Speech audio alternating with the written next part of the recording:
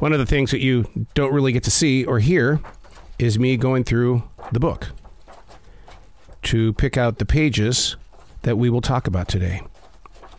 The mind is seeking that open space. The heart is preparing for not a race, but a place where we can all grow together. You know, there was once a time when all I wrote about was gaining access to the removal of the mask. I saw myself in the mirror, but I didn't know the self that was wearing the same clothes. As time continues to grow beyond childhood dreams and wishes, the ambitions to continue building haven't swayed, mainly by way of writing. It seems like such a chore and or a dangerous game to others because we are taught as children to keep our emotions next to our chest.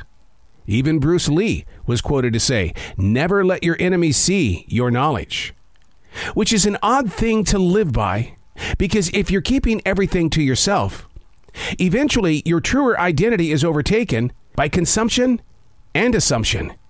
Knowing who you are doesn't mean bragging about the accomplishments. As Randy Bachman of Bachman Turner Overdrive once said to me, "You only know me for my hits. What about my strikeouts?"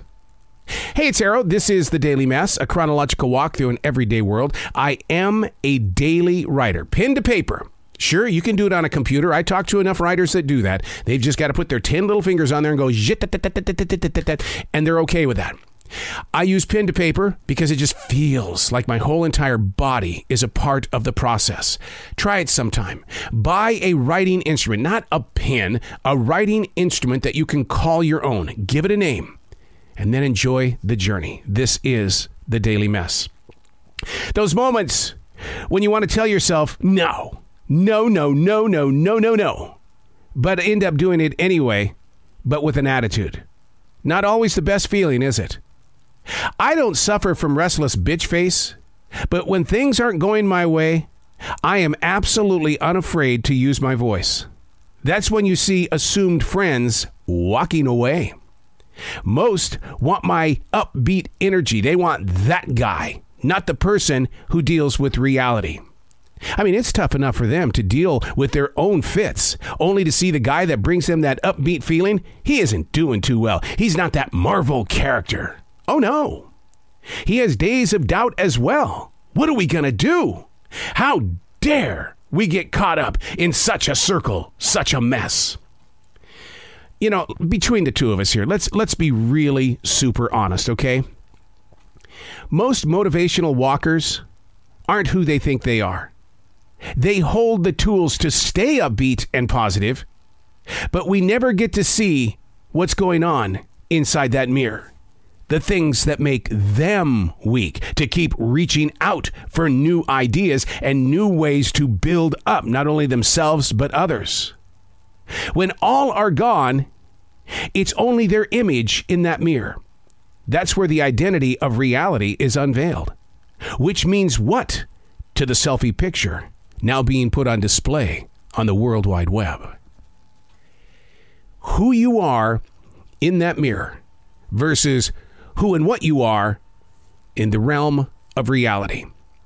There's a reason why I'm upbeat when I'm at the essential job or when I'm out and about on the streets of the everyday world. I'm upbeat because I want to feel upbeat, hoping that others will connect to the upbeat mode. But I am just as human as anybody else, and there are times where I go through seasonal changes. And I do hold on to tools that can get me through the cloudy moments. But there's also times where the mud that I'm tracking through trips me. Where are those to pick us up after we've picked them up? Oh, that's right. They're the ones that turned and walked away because you were having a bad day. But this isn't about me.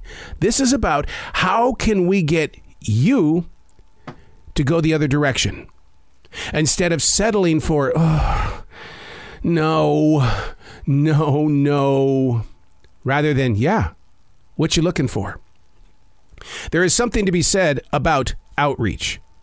You may feel like crud, but if you reach out and help somebody else who is also feeling like crud, it doesn't have to be a day of doubt, shame, guilt, but it can be a day of growth, not only for them, but for you, because you start to realize how much of a giver you really are and how much of your energy doesn't have to be swiped or stolen, but rather it helps inspire to help them understand they have a daily choice.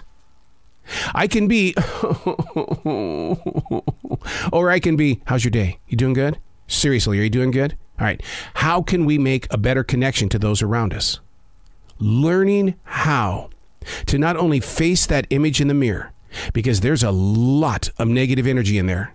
Look at the way you dress, the way you comb your hair.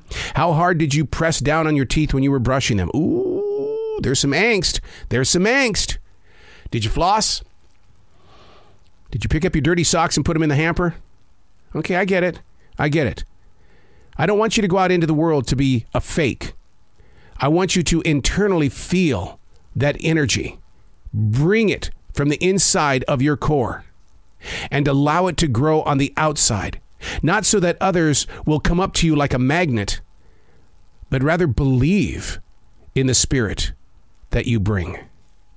I'm Errol, and that's the Daily Mess.